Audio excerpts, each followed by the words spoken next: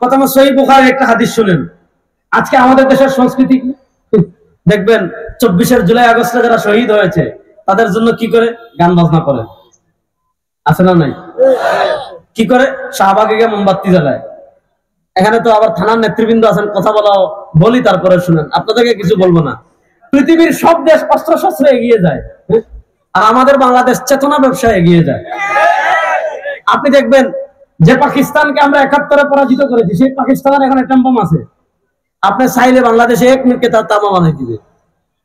যে পাকিস্তানকে আমরা 71-এ পরাজিত করেছি, তাদের এখানে অ্যাটম বোম আছে, মানে পারমাণবিক অস্ত্র আছে।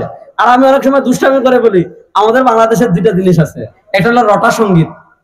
রটা সঙ্গীত বুঝছেন? রবীন্দ্রনাথ ঠাকুরের আমার সোনার বাংলা। আর আরেকটা আছে চেতনা, মুক্তিযুদ্ধের চেতনা। মুক্তিযুদ্ধের চেতনাকে আমরা অবশ্যই স্বীকার করি, শ্রদ্ধা করি। মুক্তিযুদ্ধের চেতনা গণতন্ত্র না, মুক্তিযুদ্ধের চেতনা ধর্ম নিরপেক্ষতা না, মুক্তিযুদ্ধের চেতনা সমাজতন্ত্র না। মুক্তিযুদ্ধের চেতনা আমি গত বছরের আগের বছর যখন আওয়ামী লীগ ছিল, আমি চট্টগ্রাম পুনর্গঠনে 1 কোটি টাকার চ্যালেঞ্জ দিয়েছিলাম যে আমাদের মুক্তিযুদ্ধের চেতনা ধর্ম নিরপেক্ষতা কিয়ামত পর্যন্ত কেউ দেখাতে পারবে না। আমাদের মুক্তিযুদ্ধের চেতনা সমাজতন্ত্র কেউ কিয়ামত পর্যন্ত দেখাতে পারবে না। আমাদের মুক্তিযুদ্ধের চেতনা 3টা: সাম্য, মানবিক মর্যাদা, সামাজিক ন্যায় বিচার। এবং এই প্রথম আমাদের সংবিধানে 1972 সালে 1971 সালে যখন আমাদের সংবিধান মানে মুক্তিযুদ্ধ চলে, তখন যে মুক্তিযুদ্ধের ঘোষণাপত্র ছিল, সেই ঘোষণাপত্রে 3টা জিনিস ছিল: সাম্য, মানবিক মর্যাদা, সামাজিক ন্যায় বিচার। এই 3টা ছিল আমাদের মুক্তিযুদ্ধের চেতনা।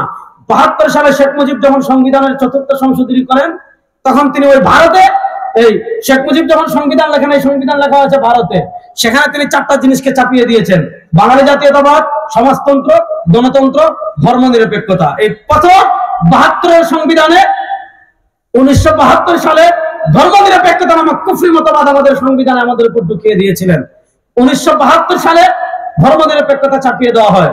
শহীদ প্রেসিডেন্ট জিয়াউর রহমান যতগুলো ভালো কাজ করেছিলেন, তার ভিতর সবচেয়ে যেটা ভালো কাজ তিনি করেছিলেন, তিনি যখন 1979 সালে সংবিধানের সম্ভবত 5ম সংশোধনী অথবা তিনি যখন সংবিধান সংশোধন করেন, সেখান থেকে তিনি 5ম, তখন তিনি কি করেছিলেন?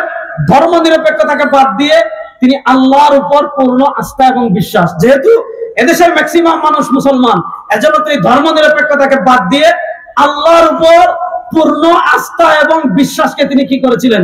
যুক্ত করেছিলেন। ওই যে শহীদ জিয়াউর রহমান 1979 সালে যুক্ত করেছিলেন, 2008 সাল পর্যন্ত, 2008 সাল পর্যন্ত আমাদের সংবিধানে এই কথাটা ছিল, আল্লাহর উপর পূর্ণ আস্থা এবং বিশ্বাস। এই 2008 সালে আওয়ামী লীগ যখন ভারতের আশীর্বাদ নিয়ে ক্ষমতায় আসলো, তখন প্রধান বিচারপতি ছিল খায়রুল কবির, আমি খায়রুল হক না, খায়রুল হক।